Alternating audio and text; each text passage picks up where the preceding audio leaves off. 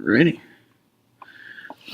So like for the first couple of weeks or so, so we just did origin, so we just talked more about all those four main things like the space, race, gender, and money, and then we basically just had to decipher for each class okay, so for each week we focused on baseball and how those four things pop up, and then we focused on college football. That was a long one. We had a lot to do for that one. Yeah. And then basketball we did as well. And some of these are different. We also had to do a film review. So I did the basketball film review. You had to you had to watch the film and then do an analysis on it and then tie it back to the class. Right.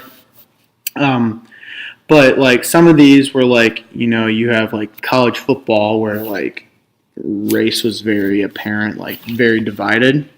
Where basketball really wasn't, because obviously there's a lot more African American presence in that kind of sport compared to hockey or something like that. So for hockey, we focused a lot on actually Canada in the U.S. because Canada, it's hockey's kind of stuff like that. And then a lot of this has to do with the Olympics as well. So each one has some sort of Olympic tie. And then this is what we just did. So boxing and track. So this week we focused on basically the Tommy Smith and John Carlos in the 1968 Mexican Olympics, where they both stood on the podium and did this.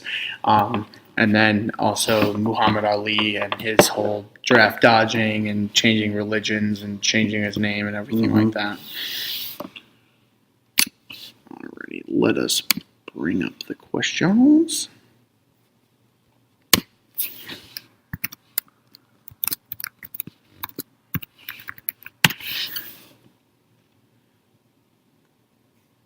And thanks for sending me that consent form as well. Oh, okay. Awesome. Yeah, no worries.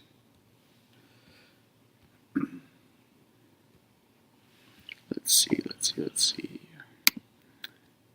State Bowl 177. Okay, I'll leave this up for us, and I assume you have them over there as well. Yeah.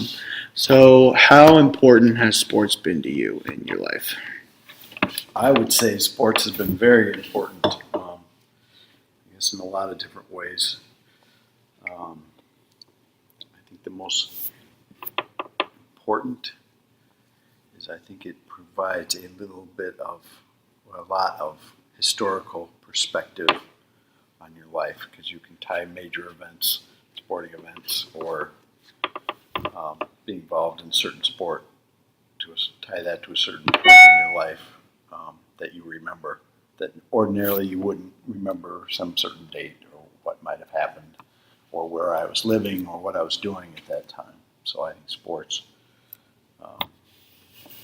helps provide you with a historical basis of your whole life. Starting from when you're a little kid, you're playing Little League. So one of my best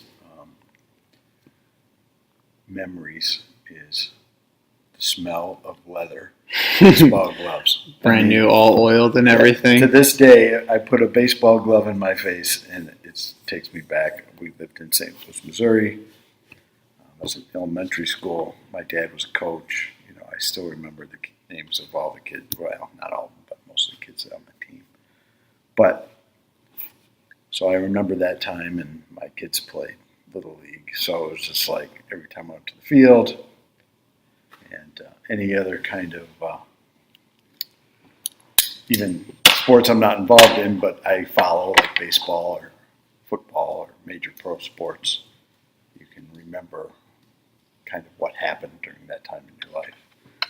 So big moments, and you from an early age were just ingrained with that kind of sense of enjoyment and belonging, and then obviously being in a place like Missouri or Illinois and stuff like that, you kind of have that whole fandom of things behind it that you're wow, this is awesome. I love that I'm a part of this. Right, right. And it brings. I've lived in a number of different cities in my life or places, and born in Chicago, so I'm a Chicago fan, and I still am. Obviously. And I always will be. So you can't wash that out of you no matter where you go. I've lived in St. Louis, and I was young then, so I kind of became a Cardinals fan because we went to a lot of Cardinals games, obviously living in St. Louis, and St. Louis Blues hockey games. But it's so weird because you have, during at least your time, that was such a controversial battle, in baseball at least, because of Sosa and McGuire, Right. of the Cardinals and the Cubs. right, it's such a rivalry, but I didn't, back then I wasn't aware of rivalries. I just liked baseball. Yeah. And so, I got to see some of the Lou Brock and some of the famous St. Louis players. Lou Brock, where they stole from the Cubs, my other team. So it's a nice rivalry. But even later on, we moved to Michigan. But where I lived in Michigan was more like Chicago than it was really Michigan. And when I got into my career and I got sent near Detroit, I realized how much sports meant to me because now I'm in Detroit and not Chicago. And, I was always kind of fair or unfair. I was ingrained with Detroit sucks and everything about Detroit sucks. Yeah. And it's a pit, and Chicago's better in every way. And we went there when the Detroit Red Wings were the best team in hockey. Yeah. Dynasty. And they were an incredible team for many years. And the Blackhawks, Chicago's team, sucked. They were bad. And so it was tough to be a Blackhawks fan living in the Detroit area. So I would even go as far as to drive out of my way to get a Chicago Tribune so I didn't have to read the Free Press. I didn't want anything to do with it. You really didn't want to hear about it. We lived there for 4 years, and the whole 4 years I wanted out of there. And I think a lot of it was because I couldn't stand Detroit. It's not fair, and it's not right, but it is what it is. Oh, so, yeah. So, other than the historical, it's a huge, in my life, it's been a huge thing because throughout the year, I'm involved in some type of sport that I'm following or playing. I was never really good at sports myself, but I did play, obviously, but you have to be a special talent to get anything past high school. That's granted. So, for most sports, for most of us, that's kind of the barrier. Yep. Whether it be your skill level or your height or, how fast you are, stuff like that. If you go in my office or my basement, it's all sports. Yeah. Everything's sports. So, and, most guys, their man cave is sports. And you're the same. I like to talk sports and talk about things that are going on and relative because it's something that is enjoyable and something that, you can really. Even if your team sucks. It's. Which blows my mind how we still have so many, Detroit Pistons and Lions fans. Oh, yeah. Yeah. Sad for them. But yeah, so overall, for a lot of different reasons, it's been, one of your big motivators even. When things are, boring or down, you just, you can always count on flipping on the TV and watching it. Sports, anything, and following your team, even if it's good or bad. Yeah, I would agree. Let's see, what's the next one? Okay, who most influenced you in becoming interested in sports? I think, that would be my dad, okay. Who was a big baseball guy. So when I was growing up, I was pretty young when we lived in Chicago. So my sports days were pretty much in St. Louis, and then we moved to Michigan. But I played baseball. That was the only thing there wasn't a lot of options. in St. Louis, there would have been soccer and some other things, but baseball is what I played. It's what I loved. I loved playing baseball. And when we moved to Michigan, I kept playing baseball in high school. I was on the high school baseball team. But it was definitely be my dad, who was a big Cubs fan. And we lived fairly close to Wrigley Field. So when I was a kid, before I was actually playing the game, we would go to Cubs games quite often. That's awesome. Yeah. So it would be my dad, and mainly we would go to baseball games, occasionally hockey games. We'd go to Chicago Stadium, the old Chicago Stadium, and watch. And even when we moved to St. Louis, we'd go to St. Louis Blues games. So, but it'd definitely be my dad that introduced me to all those sports and hockey and baseball and all that. Yeah. So, in that common kind of what we consider home, Chicago. So everything was Chicago. Everything. Detroit was bad. I mean, you have all that rivalry there. You Right. know, I mean, it's a lot of fun. The rivalries are a blast. Yeah. So it'd definitely be my father that influenced me the most. Alrighty. So did you have a particular athlete who you greatly admired when you were young, and why? I guess I liked a number of baseball players. Ferguson Jenkins for the Cubs, Ron Santo, and when we moved to St. Louis, I liked Lou Brock, because he was probably the best baseball player at that time, in the National League anyway. But I guess my favorite player would have to be Walter Payton. I'm a big football fan as well. But and growing up, the Cubs were pretty bad my whole childhood, and so were the Bears. They're a pretty bad team. And then that was the 85. first thing I remember being able to really cheer for and think, oh my God, this guy's amazing. I mean, beyond amazing. I had never seen, the Bears were a terrible team, but he was just that one little spotlight that you could just sit there and watch a game. And as bad as the Bears were, he was always spectacular. Yeah. And what I really liked was that when he would score or do something amazing, he would just pitch the ball to the referee and go back to the huddle. And it's just like it was no big thing. Get to just an amazing run all the way down the field, and you get the end zone, and just it's like I belong here. I don't need to celebrate. I don't need to do a dance or pose or do anything. Anything special, yeah. No, I belong here. There's nothing special about being here other than, yep, we scored. That's cool. Next play. Like, that's what I expected. And that's what I expected. That's, I belong here. This is where, but, it was the play that made your jaw drop. It wasn't the dance in the end zone and, whatever else they did. But, so I was like that, nowadays it's more, but just the way he could move.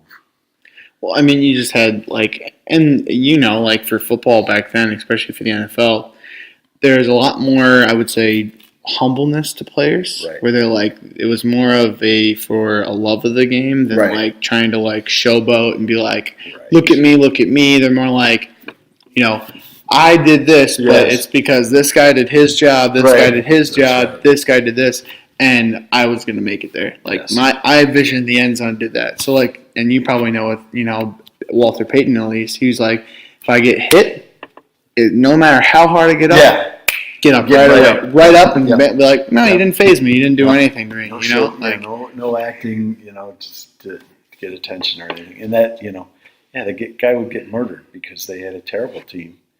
And it was pretty much all him. Oh, yeah. Walter left, Walter right, Walter middle. So And people forget how bad the Bears were before they won the Super Bowl. That's when Ditka came in, Yeah, and 85, 86 Bears. They needed Walter less, arguably, I guess. But I mean, he was still a force to be reckoned with. Yeah. I mean, especially then. But that, that, again, it brings you back to a time where you remember exactly where you were, where you lived, who your friends, who you're hanging out with. So you think about it, and then you can think about the other thing. That's what I like kind of about the historic. Now that you're 50, maybe that's why you're doing this. You have to interview somebody that's older, but that's the biggest thing in any sport that ties you to your past. Things you don't normally remember. You don't remember what you ate breakfast for last week, right? Everywhere I lived, you kind of forget. I've lived so many places, you kind of forget places, but you remember, oh yeah, that's right. Because, I don't know, maybe it's just me, but I tie it to a sport.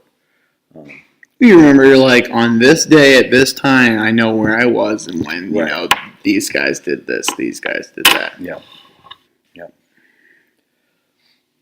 So, okay, let me ask you that. What is your greatest memory of playing or watching sports? Cubs winning the World Series last year. that was a big one. That was obviously huge because I think, again, going back, my dad was a Cubs fan his entire life and never saw the Cubs win the World Series. And there's millions of people that are the same way. I got a book after the Cubs, and I was reading through it. And one of the articles was, there's this guy, he's 70 years old, and he listened to the entire World Series at his dad's gravesite because his dad was a Cubs fan and never saw him win the World Series. So I thought that was kind of cool. And of course, my dad, that's what I thought of when, and I used to have a T-shirt that said "Chicago Cubs, if it takes forever." And you always kind of thought that.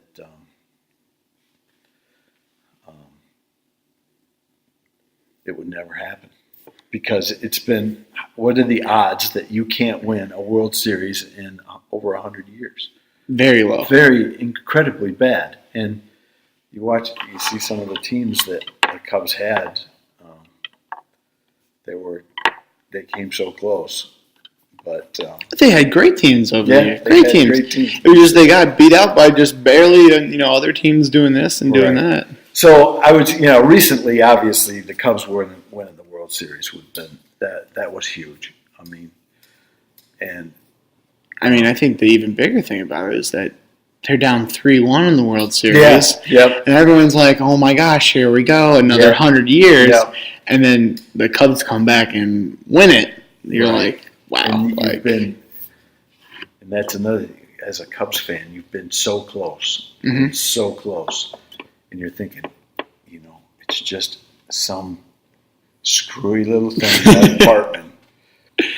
That's one thing I always remember is the 2006 NLCS when,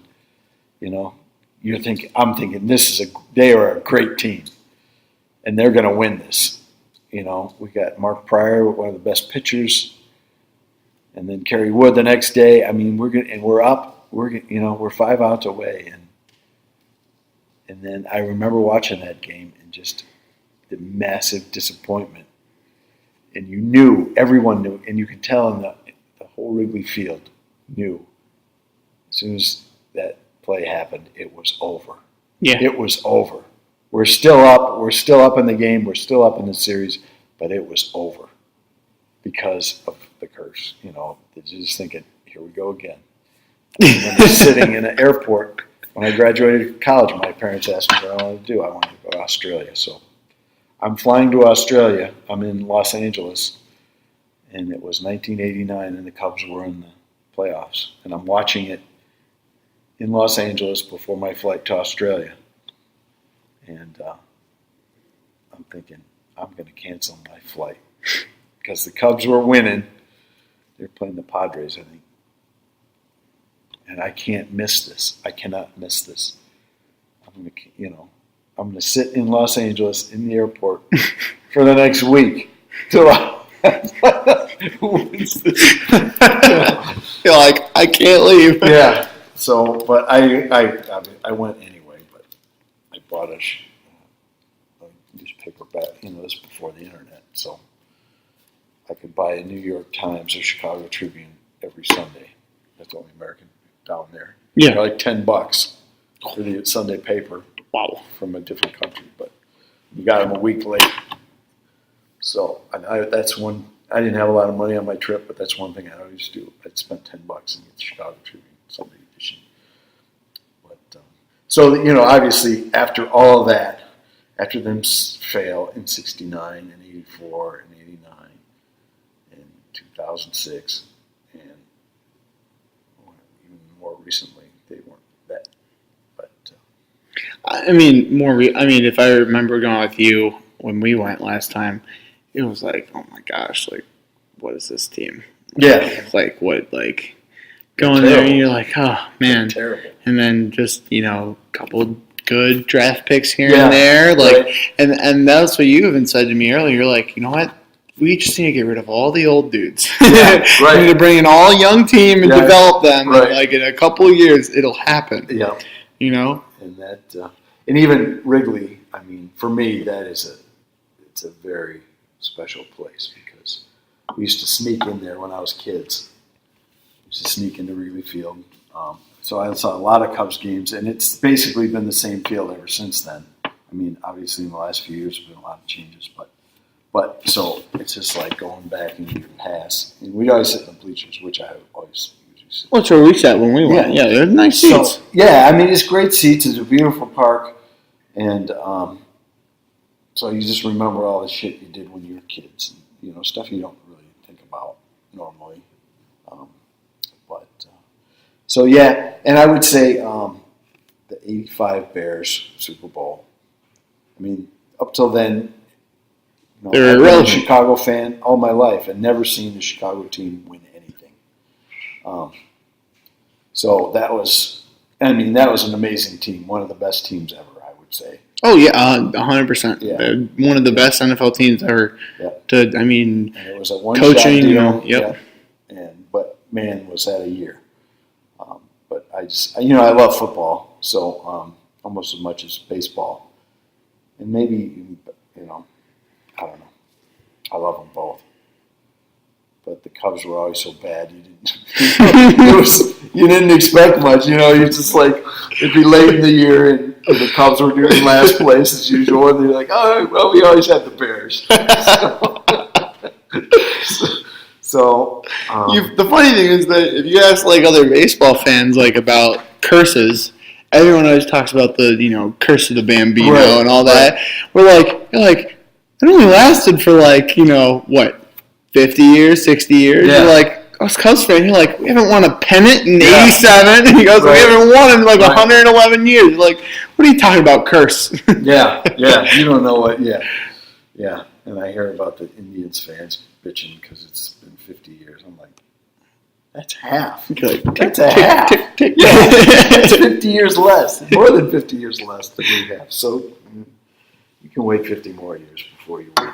Then you'll know what it feels like. Oh God, we may have just covered this. Yeah. What was your greatest disappointment in playing or watching sports? The 2003 NLCS. NLCS with the Cubs. Yeah, that game. I remember that I was watching on TV and it was pivotal. You knew, as a Cubs fan, you've suffered so long. You knew that was the end. Even though they're up in the series and they're up in the game, this is done. We are done. And you could, I watched. There was some 30. What's that ESPN show? 30 on 30 or something. Yeah, 30 on 30. Or 30 minutes, 30 different things or something like that. It's like they pick one topic, and it was that game. And it was the same thing. That poor bastard Bartman.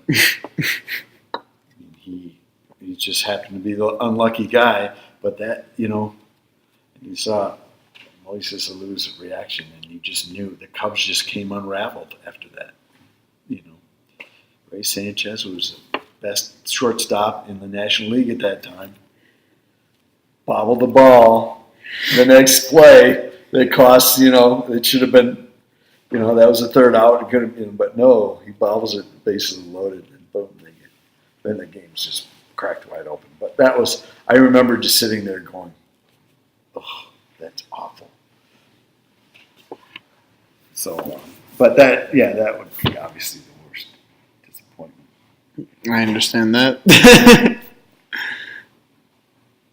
Let's see. What sport do you care about the most? Obviously, would be baseball. Right. Do you know why? That would be because of your dad and childhood and stuff like just that. Something you can. I followed baseball more than anything else, just because I played it. So I was the most interested in it. Plus, you also lived in a city that is baseball is very deep in the heart of, right.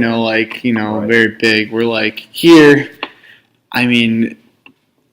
Tigers fans, they're whatever, But, and I think that's what made Cubs fans unique is because it wasn't about victory. You weren't, cohesive fan base because your team won. You were cohesive because they lost. Yeah. They were consistent losers, lovable losers. It was a common thread that everybody could commiserate about. So for the Cubs, it was a culture of losing. So you could all get behind, okay, they're never getting to the World Series, but we're the lovable losers. Yeah. But even so, Wrigley Field was always packed, even when they stunk. And I just watched the Marlins. They're an up-and-coming team. There's a huge stadium. There's nobody there. I went to a Braves game, and there was nobody there. Last summer, I went to a Braves game. I got in for $1. It was empty. This was empty. And the Braves haven't been, besides, back in, the 90s with, Hank Aaron, and then, early 2000s, when we had, Chase Utley and, or not Utley, whatchamacallit, Chip. Yeah, Chip. What's his last name? The two, guys who won the Golden Glove and stuff like that, a decent team. Obviously, they weren't, going to contend with the,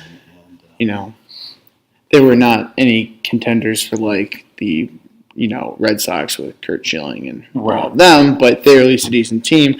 But you're right, there's just no ingrained history, Right. Where going to a Cubs game or a Mets game or a Yankees or a Red Sox game, they could win one game and the season tickets holders still are going to keep all their tickets and people still show up, you know, because it's been so ingrained in that kind of society,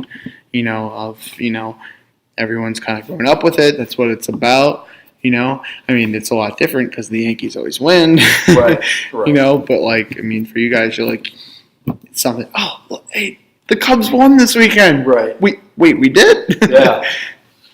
So, but yeah, that's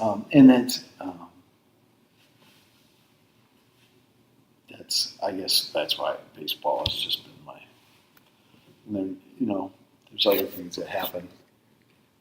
The Bears in '85 or even recently the Blackhawks. I still love hockey. I went to a lot of hockey games, but I think hockey's a better sport live than it is on TV. Where I love playing baseball. I love going to the game. I cannot stand watching it on television. Yeah. It is so boring. Yeah. It's literally just and the last game I remember watching was, I think 2008, 2009. My dad had me sit down and watch the Mets game with him. Right. And that was the longest game in history. 19 innings. Yeah. Literally, the game was 5 or 6 hours long. Yeah. Sitting there, I'm I just can't do it. It's so long. But playing it and going to the actual stadium, I love. Mm-hmm. I just can't stand to watch it on TV. We're you're right. Football on television is pretty decent, and same with basketball. It's a little bit more hype, there's a little bit more going on. But you're right, hockey and basketball and even lacrosse is kind of like that. Where you gotta be there, where if you're just watching it, you're whatever. Yeah. But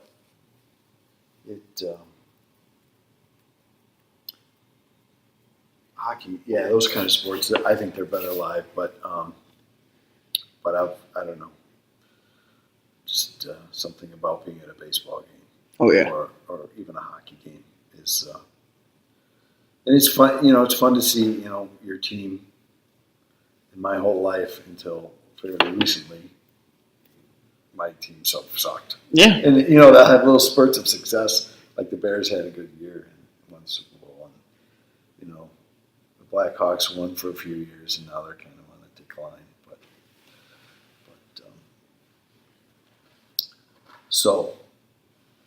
But yeah, obviously baseball would be my big number one sport.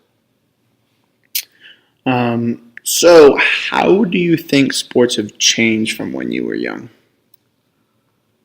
I think it's the money, obviously, that's changed tremendously. And I guess the superstardom that you have now it was more of a team sport than, Individual players. Just got the, A-Rod who just got a, $1 trillion contract or whatever. And, now he's on steroids and, and Sammy Sosa and,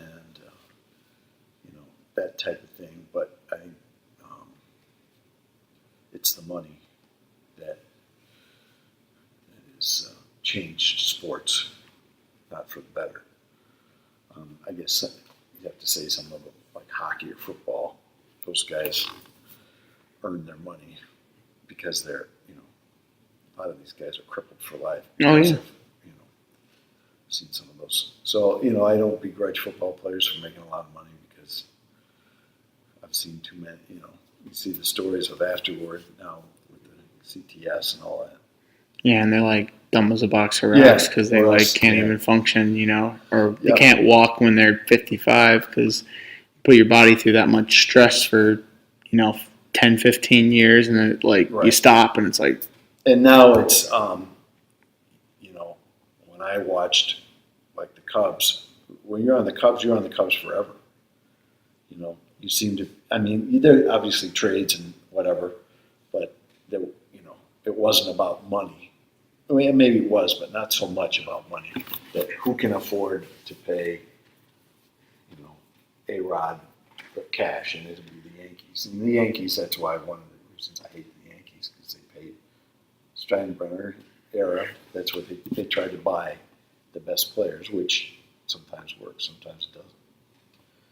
But everybody hated the Yankees because Steinbrenner bought. And all the money. Yeah. And it's like a big thing we talked about in this class about how, you had you had the colored television come, in the 60s or so, and then you had that whole media presence, and then they kind of took away from selling, sports as, a sport, more of, as a brand, oh, look, the NBA, the MLB, the NFL, Exclusive rights to everything. You're like, this is this, and oh, look, we have Michael Jordan, and here's, he's on the Bulls, and he does this, and selling it more as a brand or a product, Nike or something like that, instead of we're out here just playing baseball, and you love your team for the love of the game and stuff like that, where people now it's so about the money. How can I get more money? How can I become the most paid player? If I leave this place, I'm leaving because this place is offering me more money, and then it's kind of like a give or take kind of thing, like you said. Some of these guys really do earn their money, and they deserve it, But the amount of money that they're really making compared to the commissioner and the owners and everyone else is pennies, So it's where's kind of that middle ground of, okay, this person deserves this money because when he's 50 years old, he's barely going to be able to walk. Right. Or are we talking Big Papi, who is fat and as big as a house, and he gets up to bat and hits 3 dingers and then sits down for the rest of the game? You're like, So why is that guy making $15 million again? You know, Right. you know. And the other thing, we used to always go to games. I mean, that was just kind of like going to McDonald's. It was no different. I mean, let's go Cubs game. But now it's like, damn, $100 to sit in the bleachers for, to take my family. It's going to cost me $1,000. Yeah. To go see a baseball game. Where I have ticket stubs in my desk drawer downstairs, $1.50 to sit in the bleachers. And it's just like, I want to take my kids to a Blackhawks game. But it would have cost me $2,000 for decent seats. $2,000 to see a hockey game, which is, man, It's ridiculous. it's ridiculous. hard to fathom. And even I wanted to go to the World Series. Your dad and Eric and I were debating, man. It's like $1,000. We sit. I'm like, yeah, okay. And then the price went up to 5 minutes later. Cubs won, so then the price goes up to $1,500. And you're like, okay, $1,000 I can do. $1,500, but like, $1,500, I just, man, that's just so hard to stomach. So that, as a fan, and even, the player thing, do I buy my kid a $100 or $200 jersey for a guy that's not going to be on the team next year because he's going to go somewhere else? Then I get this jersey that, Means nothing. it means nothing. Now he's on the enemy team, so I don't know what his shit. So. We're like, and like you said, you have these guys who, back then, if there was a rivalry, there's no way you were going to that rival team. Right. Like, you're looking at like Cowboys, Eagles, Red Sox and Yankees. If you're on that one team, even if you're going somewhere else, there is no way in hell that you were going to go to there. You're like, no way. Where now you have guys like, oh, the other team wants me. Yeah, I'm going to go right there and just completely jump ship, bandwagon jump, and they're just like, oh, now I hate you guys, even though I played for you, Right. Because it's, oh, these guys want me and they're going to pay me money to do it, so that's fine. Yeah. But so yeah, that's I think that's the bad part, and I remember that I don't want to get too off topic here, but we can then go to the next one. Then, so do sports matter, and in what ways would you say that they matter? oh yeah, it's obviously it's a diversion.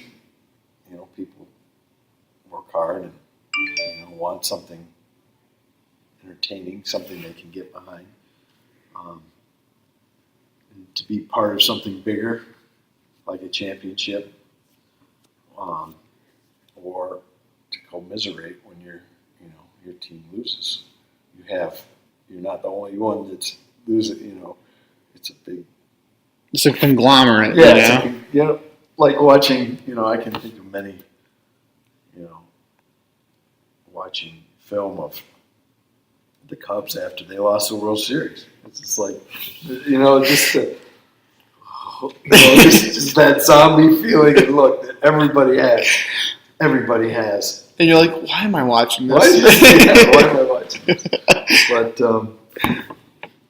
so yeah, I think it provides kind of a common pride that you have in your city and your history, because you have a great sports team, so you can beam that, hey, we're the best, at least for this year, we're the best, and civic pride, and and it hurts to be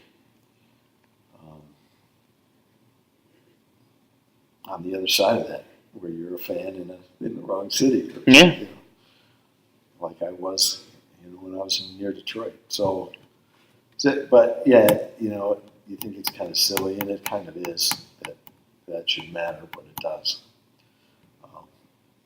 Like, it's same thing with me when I walk around and I see people wearing Michigan hats. I'm like, yeah, why are you wearing that? That's right. Like, take that thing off. Yeah, yeah. I mean, obviously you can take that too far, and a lot of people do. But yeah, I can. I remember another. In college, when I was at State, they won the Rose Bowl. and we beat Michigan. I Yeah. mean, that was huge. That was huge. I remember being sick for 3 days after that because I was screaming so much. I couldn't talk for 3 days, and I got so drunk I couldn't. But I just remember walking out of that stadium thinking, Michigan, it's just one of those things. Damn, it felt so good. I mean, it's like a high without drugs. I don't do meth or cocaine or anything, but I can imagine that's what it feels like. That's why it's so addicting. Yeah, It feels so damn good. Be like, yes! Yes, finally. Okay, so then I have a couple of just my questions for you as well. How has race affected your viewership or love of the game, and has it or has it really not? I would say early on, I didn't really care. One of my favorite players were black. Ernie Banks, Lou Brock, Ferguson Jenkins, Walter Payton, Michael Jordan. But of course I had a lot of, but I guess I really didn't care. And I was brought up in a house that wasn't, you were taught racial. You're no better than anyone else because you're white. And I grew up in predominantly white areas my whole life. So, it wasn't maybe in the forefront like it would be if I lived in the city. I was so young when I lived and even back then it didn't seem to be that big of an issue. Even in the 60s, you're having race problems. Martin Luther King gets shot and Ku Klux Klan. And but as younger, I really didn't really think of distinctions of race and whatnot. But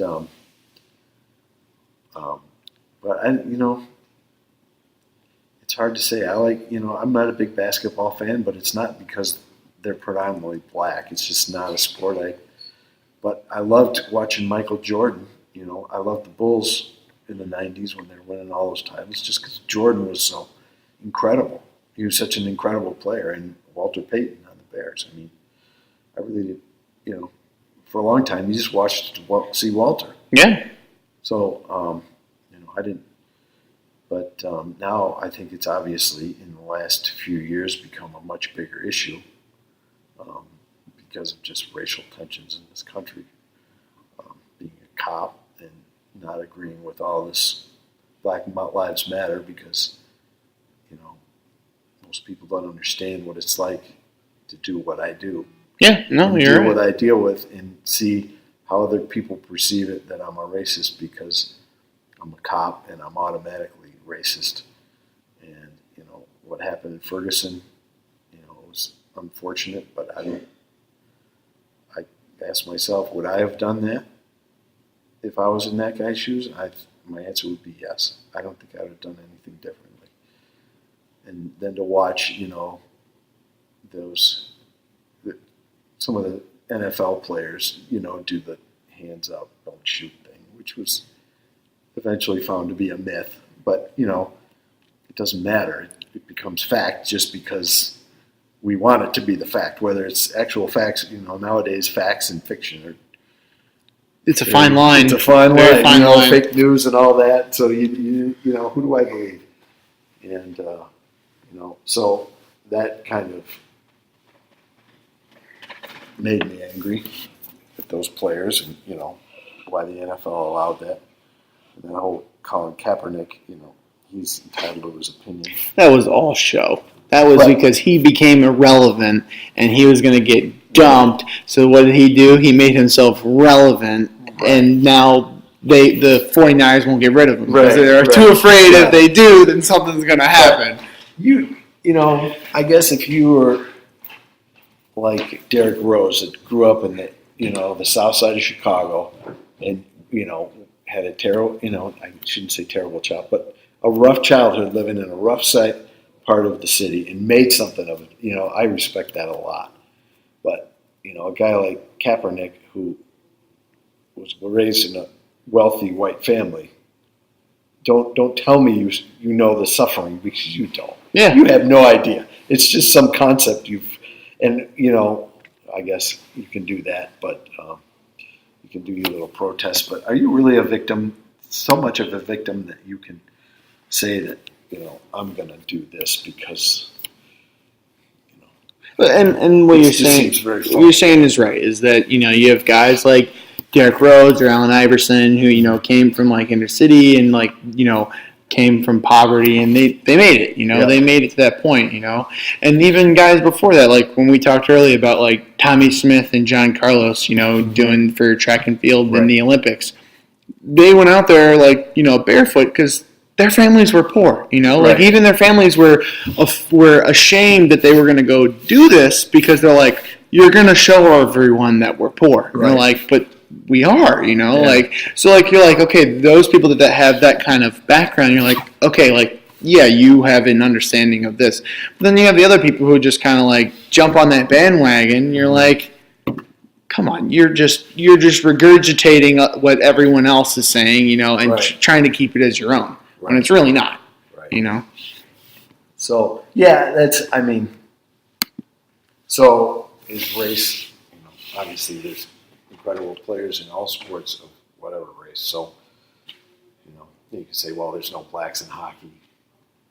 Well, I mean, there are not. I mean, they're getting there now. I mean, you got Subban and, Simmons, and you got more people coming in. Yeah. I think the reason that for that was less of a discrimination thing, but more of just that hockey was so much of a Canadian sport, and like French and all that up there, and that during the same time that hockey was becoming big, so was so many other sports. Right. So I think that the thing about hockey, which really kind of sucks, is that we go back to that whole money thing, where very expensive to play hockey. Right. You need pads, you need skates, you need ice time, you need to do all this.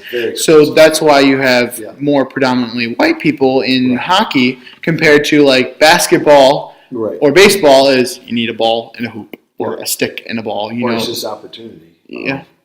If you lived in the Czech Republic or some old Soviet bloc country, that's all you had was hockey.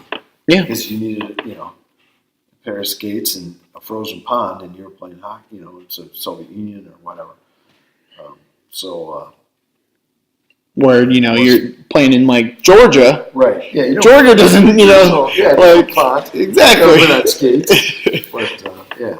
So race, I guess, has it changed my? I don't know.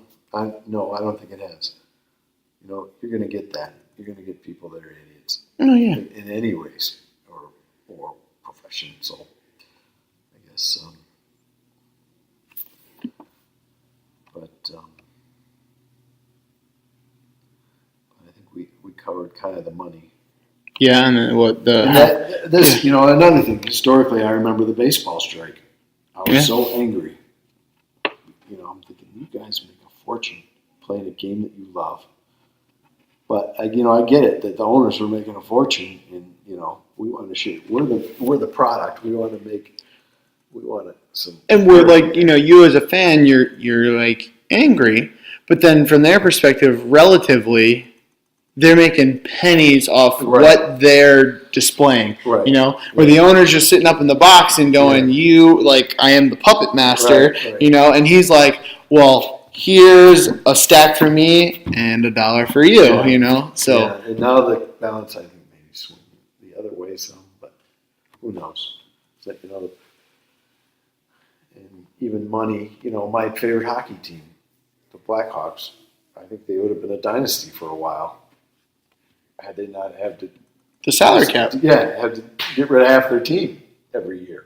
Which is what the reason the Red Wings were a dynasty for so long. Yeah, is because they had the money. They're one of the original 6, and they just had the funds of just all those people in Detroit, all that, just all the traffic, people that, were working there, they'd go and see Red Wings games. So therefore they were good, started winning in the, in the 50s, and then win a game, and then boom, money keeps coming in. Boom, boom, boom. So then you just you're rolling teams to the point where now, because of the salary cap, that's why the Red Wings, 28 years without missing a Right. playoffs, Yep. and this year they lost it because all the old guys Yeah. are kind of faded out, and because of the salary cap, they only can take so many new guys. So, I mean, that's kind of how that's kind of gone. Yeah. I think we talked about. Did your parents or other sources affect the sports you watched or love? And you said, Yeah, you're baseball. And then, so let's go into the last one. Is there anything about sports that you would change or wish you would, revert to or anything like that? Like, Yeah, I think I'd go back to the money aspect. I think is whether the players are benefiting or the owners are benefiting, the fans are losing. Because that was one thing. We weren't rich when I grew up. We were pretty solid middle class, but we could always afford to go to a baseball game. And now I for the last 2 years Luke's a big Blackhawks fan. We go to the Red Wings games because I can get tickets cheap, law enforcement night or whatever. yeah. So I can get them for $40 a piece. But any Blackhawks game I go to, it's going to cost me A fortune. $300 a ticket at least. And then transportation there, Yeah, transportation yeah. back. It's If just it's a like- night game, then you're staying the I can't night. afford to take my family to a hockey game once a year. I mean, it's kind of a treat just to go to, but yeah, that hurts when you got to pay. You can't go to the game, or the average Joe can't go to the game. That's what, some of the people I love best in sports are like Harry Carey. Yeah. The dude was a buffoon. He wasn't, he wasn't a great sportscaster, but people loved him. And in Chicago, they loved him even more because he used to announce for the Sox, and the Sox went to cable. And he's like, and that's when the Cubs were on WGN, and every game was on. You could watch every single game on WGN. And now, and he's like, well, the average Joe can't afford cable. I mean, back when cable started, it was expensive. Yeah. It's, obviously still is, but the average Joe couldn't afford it. So he went to the Cubs because the Cubs were on free TV. And I thought, that's cool. The guy that cares for the air. And that's why he's such an icon in Chicago. Not because he was a great broadcaster, because he wasn't. He was a great, color, he was fun to listen to. But He was just drunk. He was himself. By the ninth inning, he was plastered because he'd drink beer the entire game. He'd always have a Budweiser in front of him. And he'd just be sloshed. But that's what people loved about him, is because he was the common man. He cared for the common Joe. And I think if that could change one thing, it would just be the money has just become too much of a factor.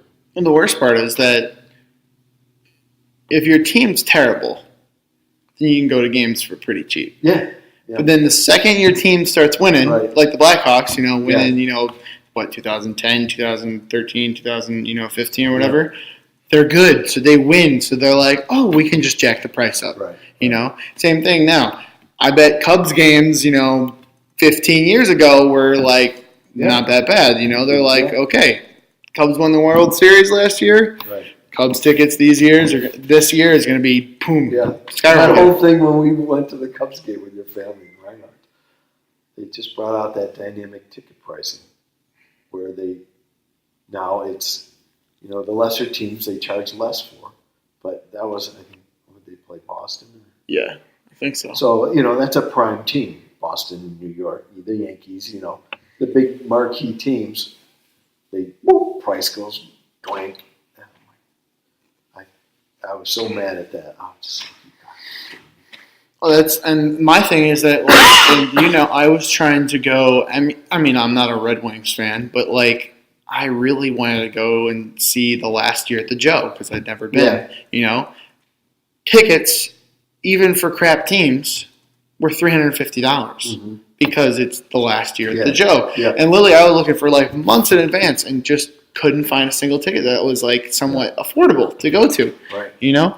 And that's again with the whole thing is that people they can't unless that's the only thing you do. Yeah. There's nothing else.